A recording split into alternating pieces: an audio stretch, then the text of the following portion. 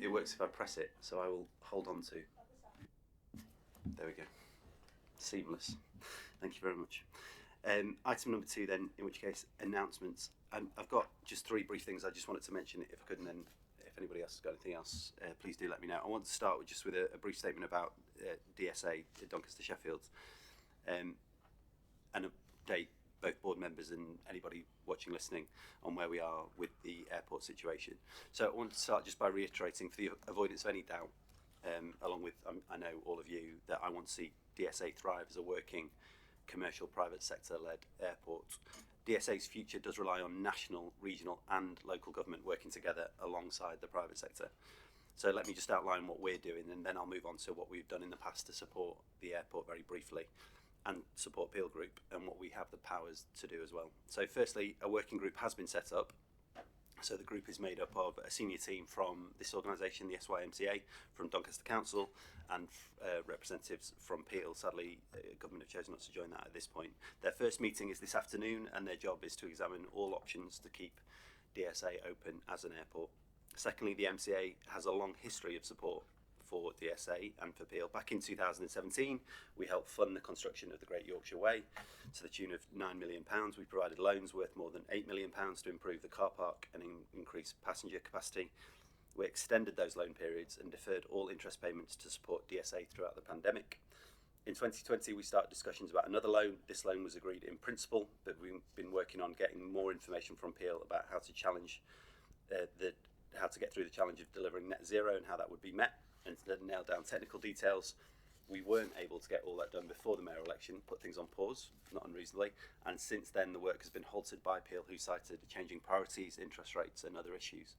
Sadly, it now seems that our ambition for the future of DSA is not matched by either the owners of the airport or this government. In particular, I hope the government change their short-sighted, apathetic and hands-off approach to DSA.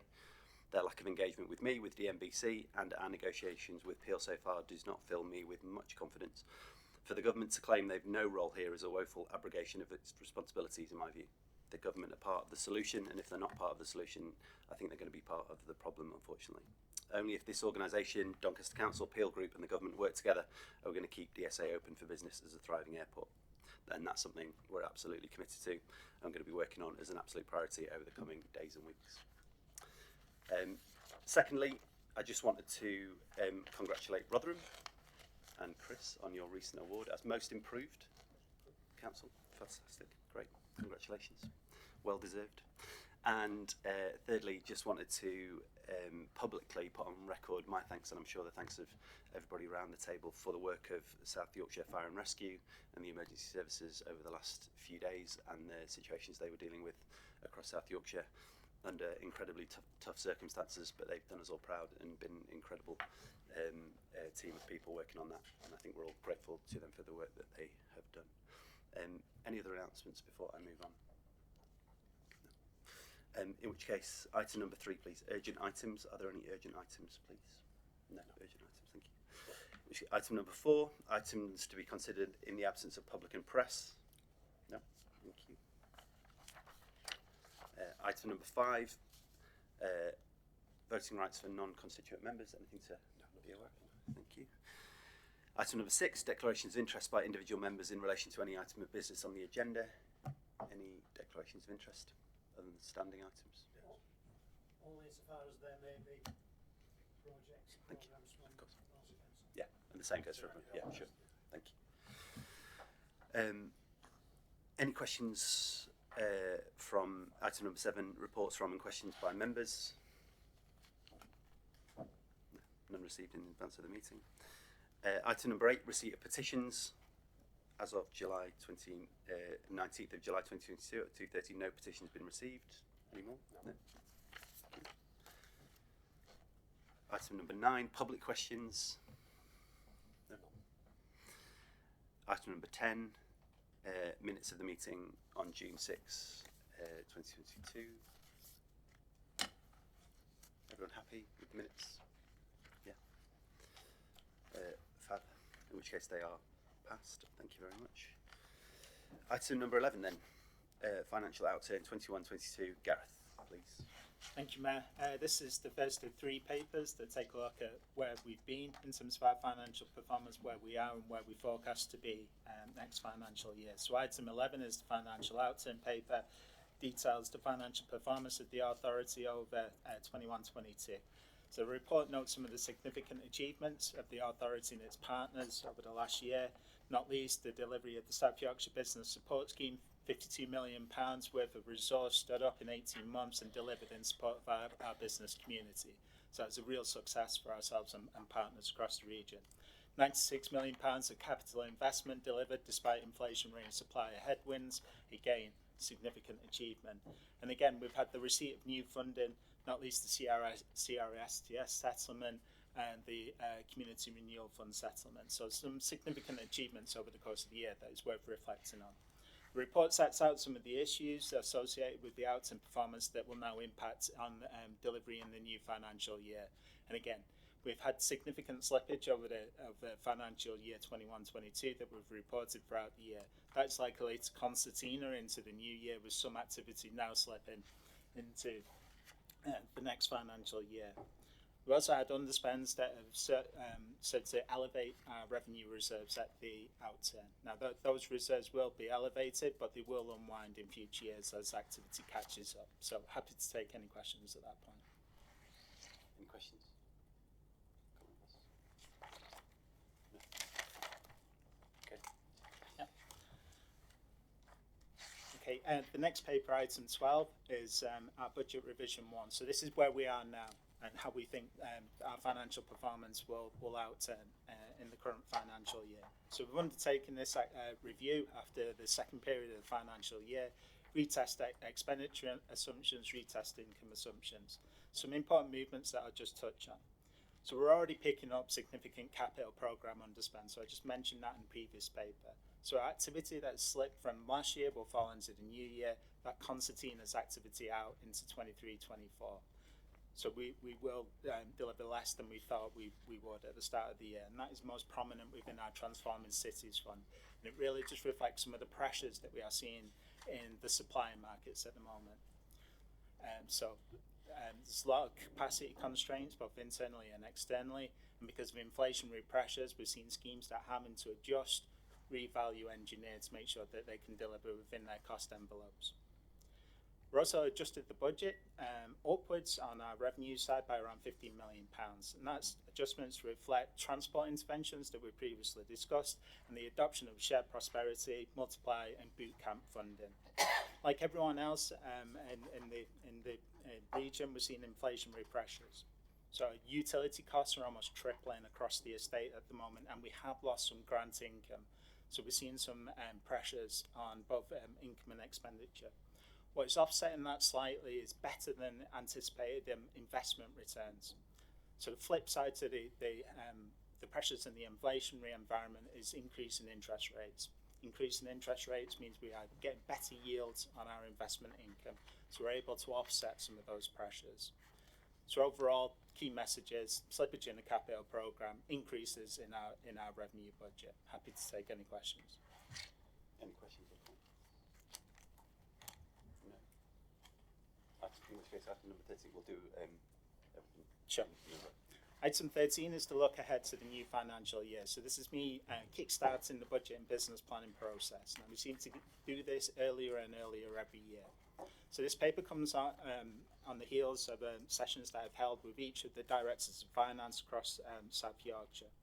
And it really recognises some of the generational challenges that we'll have to address in the coming business planning cycle.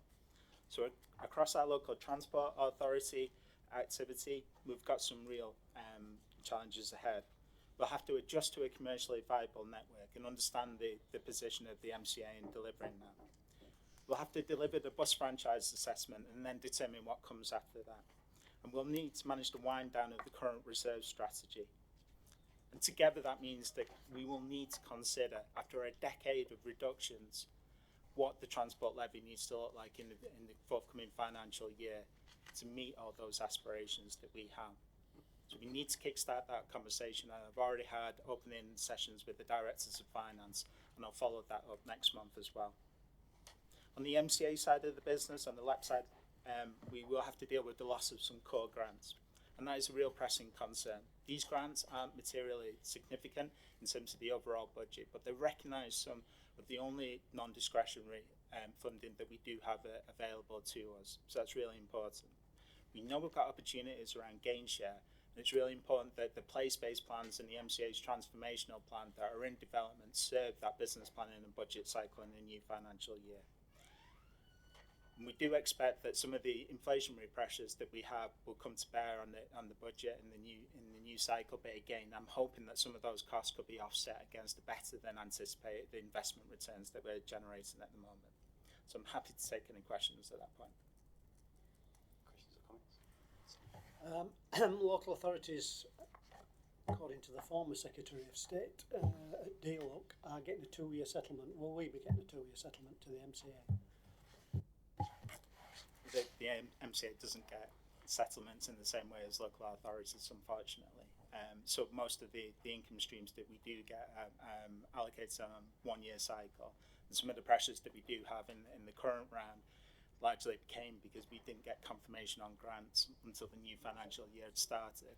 So the more certainty that we can get from government on the funding that we do get, the absolute better, and the more informed decisions we'll be able to make. Can I suggest then we write to DLUC and say if it's going for local authorities, it's good enough for MCAs? Yeah, absolutely. I agree with that. I think that's a good idea. Thank you. Any other comments or questions? No. Okay, in which case, thank you, Gareth. Can we just therefore do the formal bit, please? So item number 11, recommendations. Note the financial outturn position, note the Treasury management outturn position noted in Appendix 2, approve the carry forward of resources noted in Appendix 1, and approve the earmarking of reserves detailed in Appendix 1 as well. Everyone happy with that? Agreed. Yeah, thank you.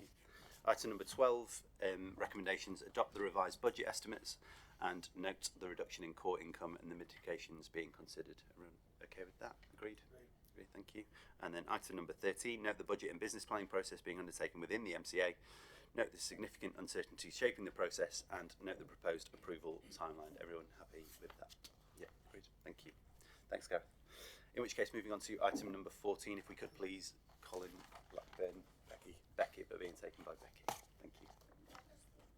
Right-hand button, apparently. Thank you. Okay, so on the Brownfield Fund to date, we've allocated 17.6 million against a profiled spend of 20 million for the first 2 years of the Brownfield programme. We've got a remaining circa 35 million to spend by March 2025. As the report sets out, there have been significant barriers and challenges to developing and delivering brownfield projects at the speed required for the BHF timeframes. We've done lots of work and we're continuing doing lots of work regionally with local authority partners to support where possible in the development of their strategic sites, and this is set out in more detail in the paper. This work will be fed into the longer term MC investment strategy work as well, which is also ongoing. We're asking the board today to note the current spend and delivery position of the Brownfield Housing Fund, and we ask the board to approve the undertaking of an open call to seek further eligible brownfield housing schemes.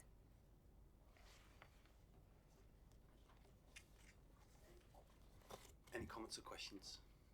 Yeah, Terry.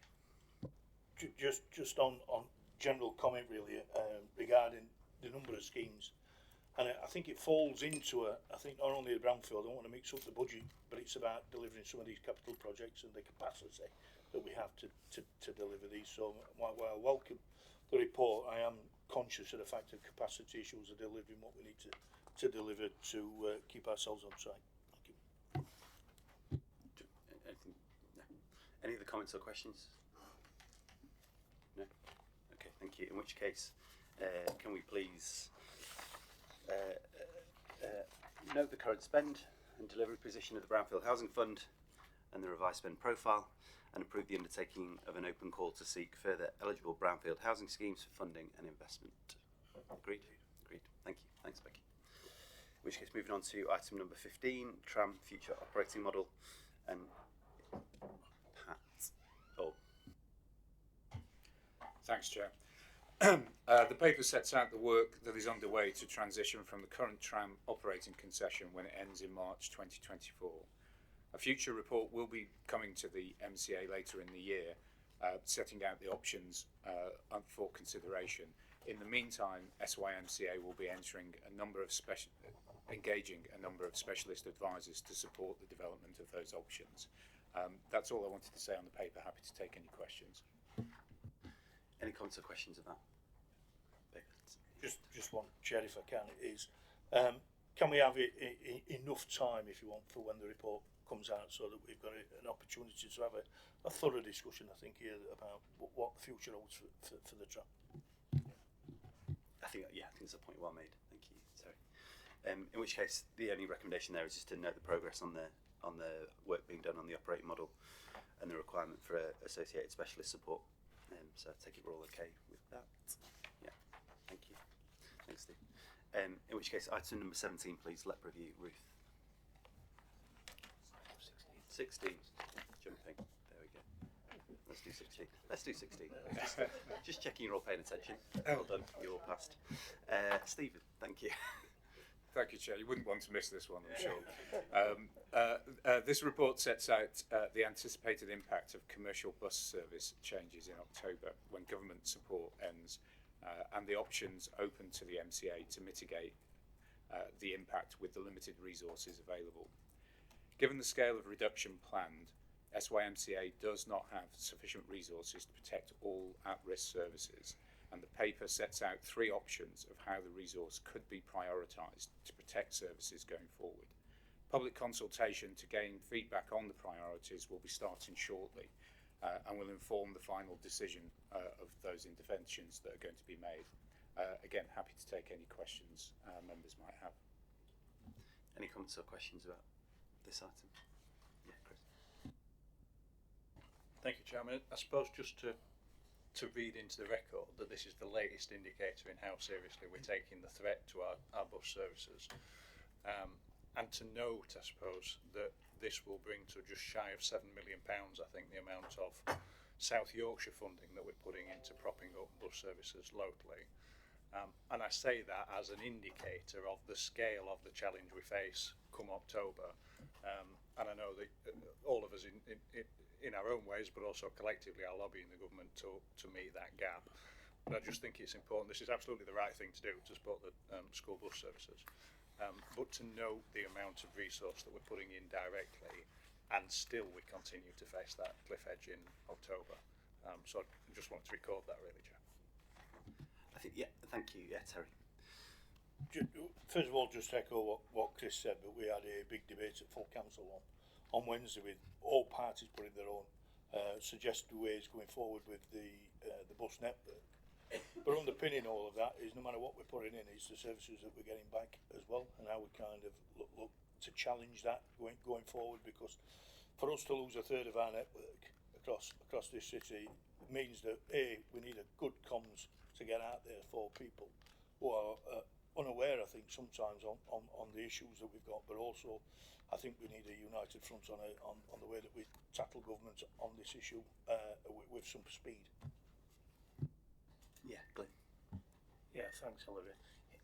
I think Terry's absolutely right on that, and we need to tackle government when you consider that we get 1/10 of the funding that London gets. It's a point that's made over and over again, but I never cease or stop making that point, because the inequity is very clear, and we need to ensure that we get better funding into South Yorkshire to maintain our transport systems, to have try and get somewhere near the excellent services that they've got down in London. Steve. Look, I guess I'd just sum up by saying that in referring to the points that you've made, and particularly again what you just said there, when I came into office, there were 400 weeks to go until 2030, and that was the date the government had set themselves for achieving their missions, or most of their missions, in the Levelling Up White Paper. For me, at least, chief amongst those was the mission to provide a London-style transport system outside of the capital. And since I came into office, we've tried to engage the government in that discussion, and yet what we're seeing now is, again, them taking a hands-off approach to the challenges that we face here in South Yorkshire. I think we're all keen, and as Chris, you mentioned, the scale of support that we're putting into the bus network the work that is going on in this building and elsewhere to try and do everything we can to provide a public transport network fit for purpose across South Yorkshire is immense, and yet we do not have a willing partner in government in achieving that goal. And I think it is a challenge and a problem that we need to overcome, because we need government to be a partner in that, and the government themselves has set that ambition. We're keen and willing to work with them on that, but we can't do this by ourselves, and we need the government to step up and step in, and it's a shame that they haven't taken the opportunity. So in terms of that paper, recommendations: board approves the use of the remaining tendered services revenue funding, further supported by the use of up to £5.1 million from reserves for the inclusion of non-statutory school services into the tendered service activity for 2 academic years to July 2024. Agreed? Yes. Thank you. Board notes the risk that we may not receive any tender returns for some routes to be provided, and hence, irrespective of budget allocation, these routes would be unserved from the start of October 2022, as South Yorkshire Mayoral Combined Authority cannot compel bus operators to provide services in the current commercial market. Thank you. Okay. Right. Thank you, Steve. Appreciate that.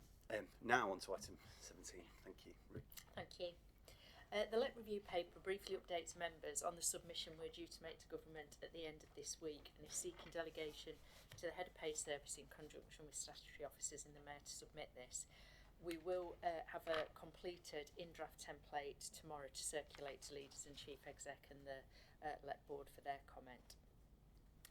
The LEP review follows government's announcement that where MCAs exist, LEP should be folded into the governance arrangements of mayoral combined authorities.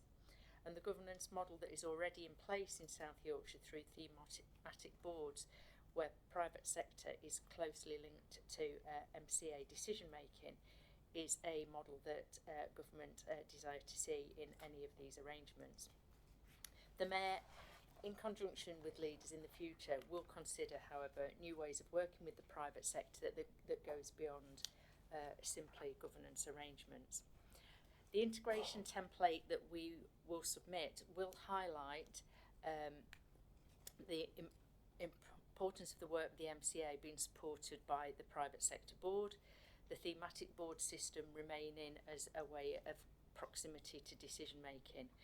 But we will be making it clear that the submission of the integration plan to meet government requirement does not fetter or limit the scope of the Mayor and the MCA in the future to look at alternative or other arrangements for considering relationships with private sector. So we will be sending round the implementation plan in draft tomorrow for consideration. Thank you, Ruth. Any comments or questions? Terry? Just one, Chair.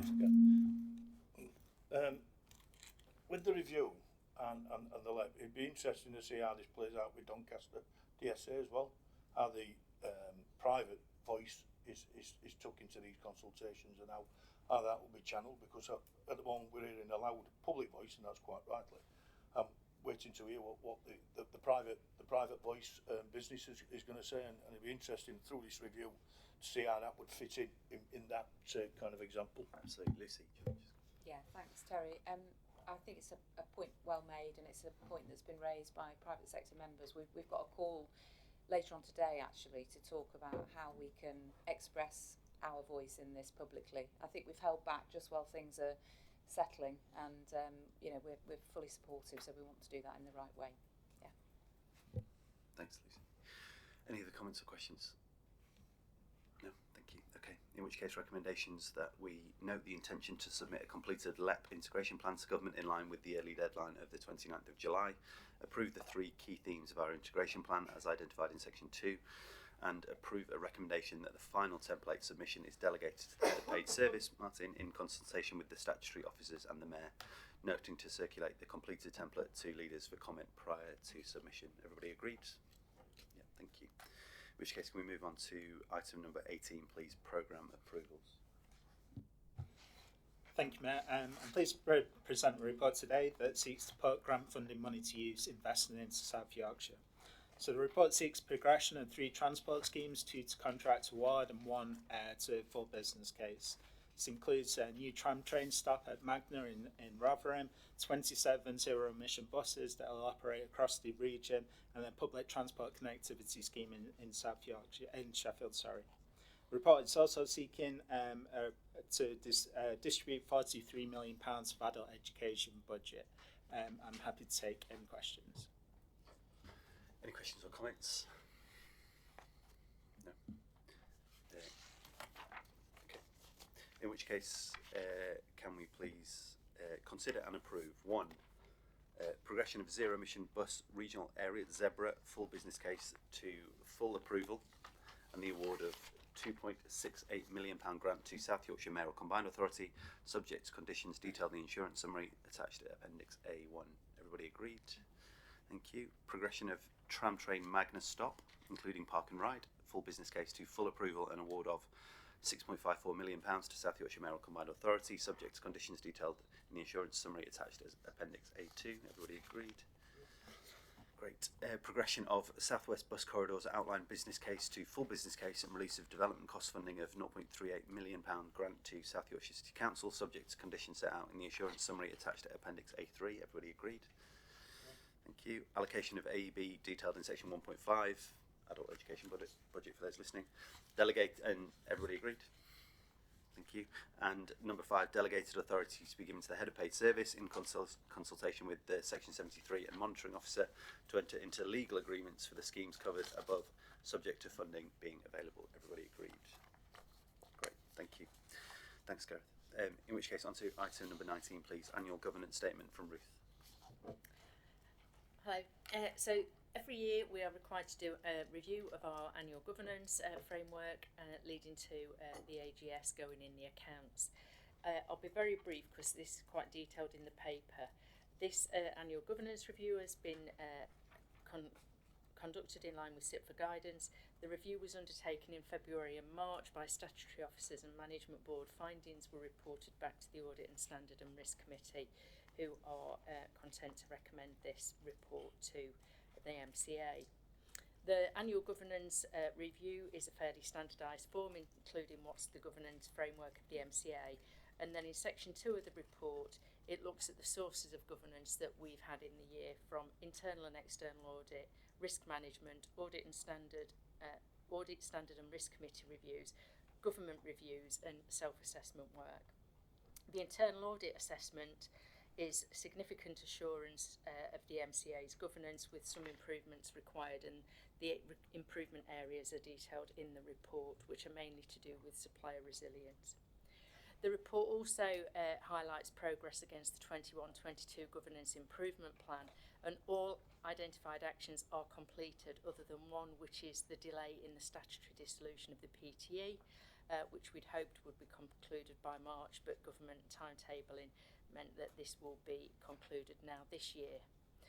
What this means is that certain governance arrangements are having to be amended because the legal entity still exists. The report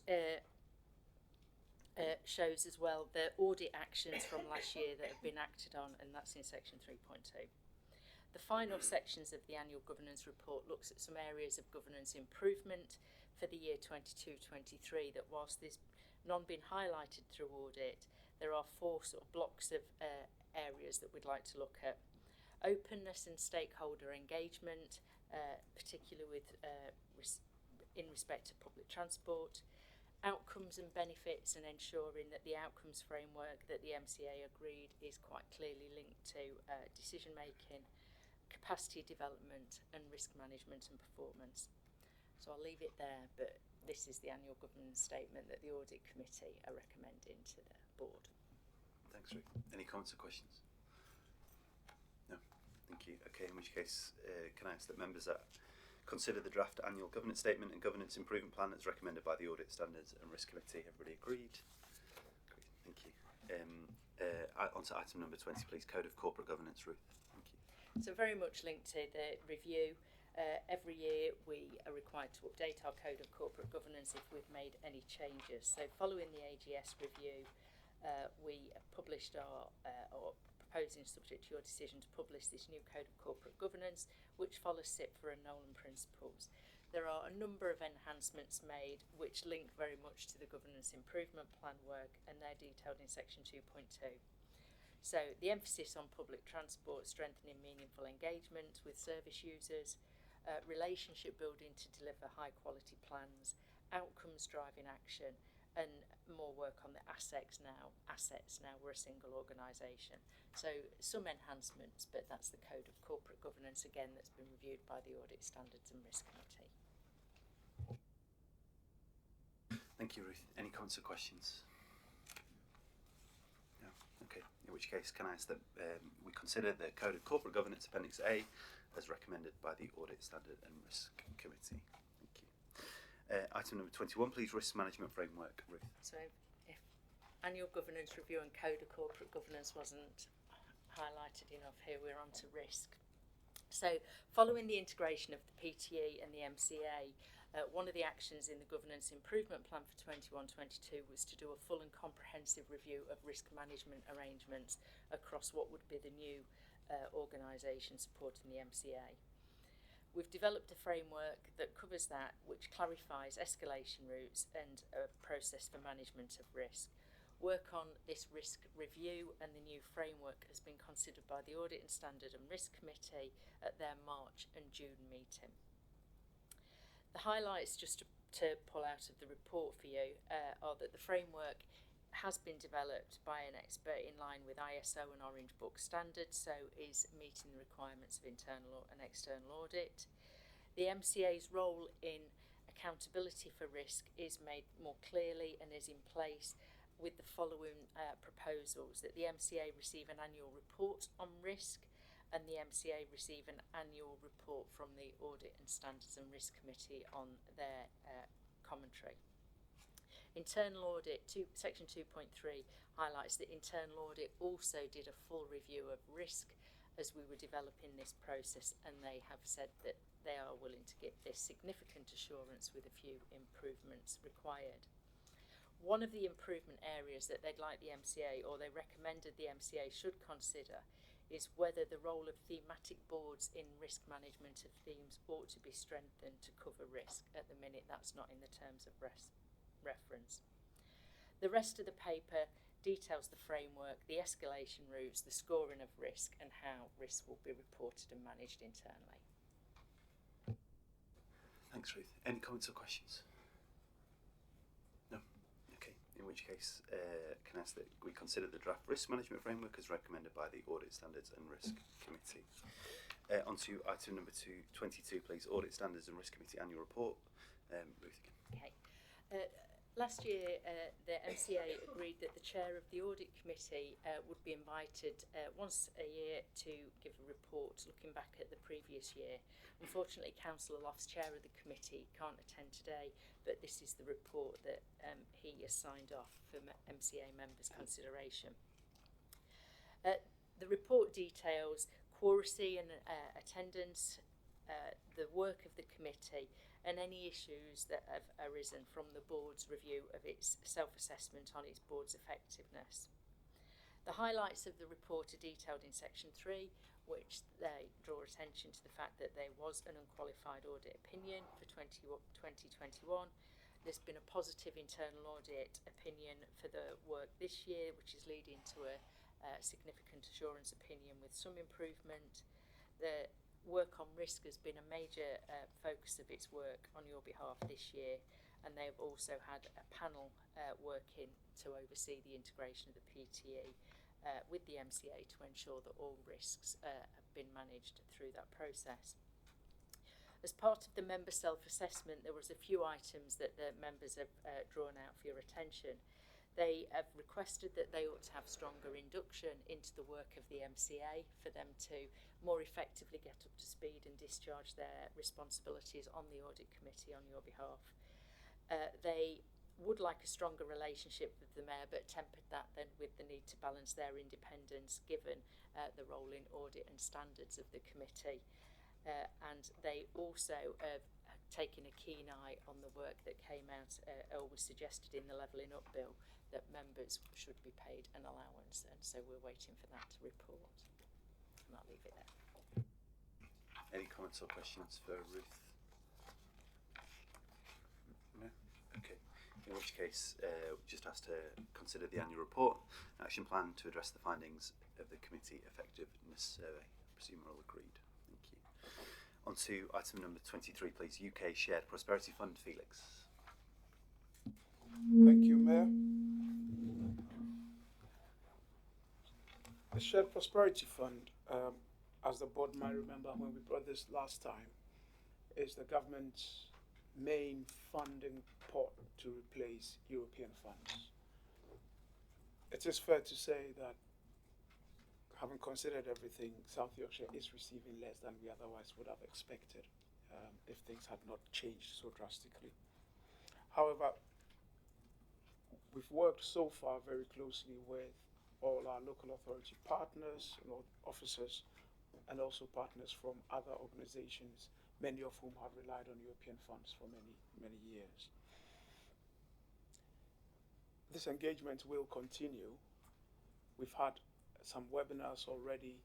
There's another one coming up at the end of this week, where partners like those from the universities and the third sector will have the opportunity to look at the draft investment plan which the government has asked us to put together. This report is seeking your delegated approval for officers to be able to submit the investment plan the government has requested. It needs to go in by the 1st of August. We will share with you the drafts within the next day or two. And I'm sure some of your officers may have already briefed you on some of the detail that we are looking at. The government's Shared Prosperity Fund prospectus set out three main investment priorities that focus on people, business, and place. On the back of that, officers in working together have agreed 7 broad priorities which fit our local strategies and all our agreed actions. These agreed 7 priorities are then interpreted into 20 of the 40 interventions that the government set out in this prospectus. So the South Yorkshire submission will focus on 20 interventions in total, which take their leaf from the 3 investment priorities that the government set out. As I said, this submission has to go in by the 1st of August, but this is only the beginning of the work. The first year spending has to all be committed and presumably all spent by the 1st of March next year, which means once the submission goes in at the end of this month, we cannot wait until later in the autumn when the government gives us the green light to actually begin preparation to deliver. The work to deliver has to commence immediately submission goes in.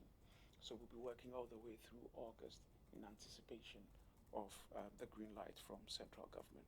So that's what the paper sets out to do. There's a bit more detail in the appendix. Happy to take any questions. Thank you. Thank you, Felix. Any comments or questions? Yeah, Glenn. Just a comment, really. Yeah, our officers in Doncaster have been doing some sums, shall we say, and they're much better at sums than I am. And you know, we are massively left out of this equation. You know, we estimate we'd have had between 105 and 125 million pounds all be better off over this period. And the suggestion from Ros was that we write to government saying this isn't actual levelling up, it's levelling down. It sounds like I'm having a real pop at government today, which is okay. Okay. I don't think we're going to be particularly having a go at you for having a go at them. Any other comments or questions? No? I mean, Glenn, yeah, couldn't agree more, absolutely. Okay, in which case, can we please note the summary of progress made developing the UK SPF investment plan and agree to delegate approval for sign-off by the MCA statutory officers subject to consultation with the Mayor, the leaders of the local authorities, and to submit to government by the deadline of 1st of August 2022. Everybody okay? Yeah, thank you. In which case, thank you, Felix. Item number 24, please, Martin. Thank you, Mayor. This report on delegated authority simply sets out decisions made by the MCA, thematic boards, and through the officer delegation scheme up to March 22. So please take the report as read. Mayor. Thank you. Members are asked to note the decisions and delegations made. Everybody, okay. In which case, any other business? No. In which case, next meeting is Monday, 19th September 2022 at 10 a.m. Thank you all for your time. Appreciate that. Thank you.